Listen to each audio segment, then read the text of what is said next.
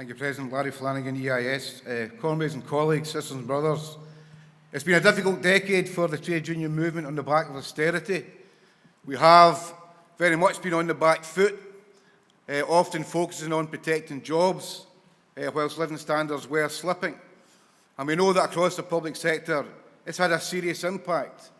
In terms of the EIS's campaign around teacher pay, we reckon that in the last 8 years there's been a 20% drop in the take-home pay of teachers, 24% if you add in the changes to national insurance and to pensions, and that's been replicated across the public sector. So whilst we recognise and welcome the fact that the Scottish Government has moved away from the 1% UK public sector pay cap, we have made the point to them that moving to 2% or 3% is still a pay cap.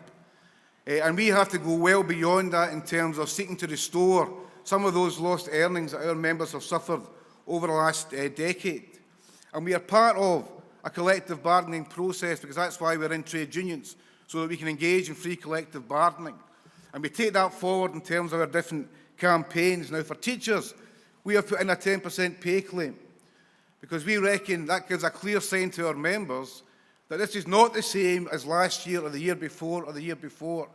There's a clear message there around our determination to restore some of those lost earnings. And 10% would give Scottish teachers an equivalent pay scale to FE lecturers, college lecturers. But college lecturers only have their pay scale because they took 6 days of strike action. So when we are discussing this in our schools, we are saying to members there is a lesson to be learnt there. If we think we're worth 10%, we're going to have to fight for it. And that means being ready to take strike action if required. So as the motion refers to, we are building the strike readiness of the EIS in terms of this particular campaign. We are seeking a negotiated settlement. We will always look to reach agreement. But if that fails, we are committed to a ballot of our members around the question of industrial action in support of our 10% pay campaign. And yes, we do face the hurdle of the Trade Union Act, and in education in particular, the 40% barrier.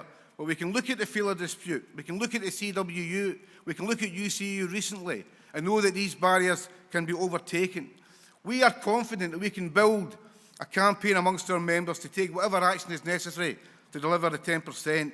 It's time across the public sector, colleagues, time to stand up and to stand united.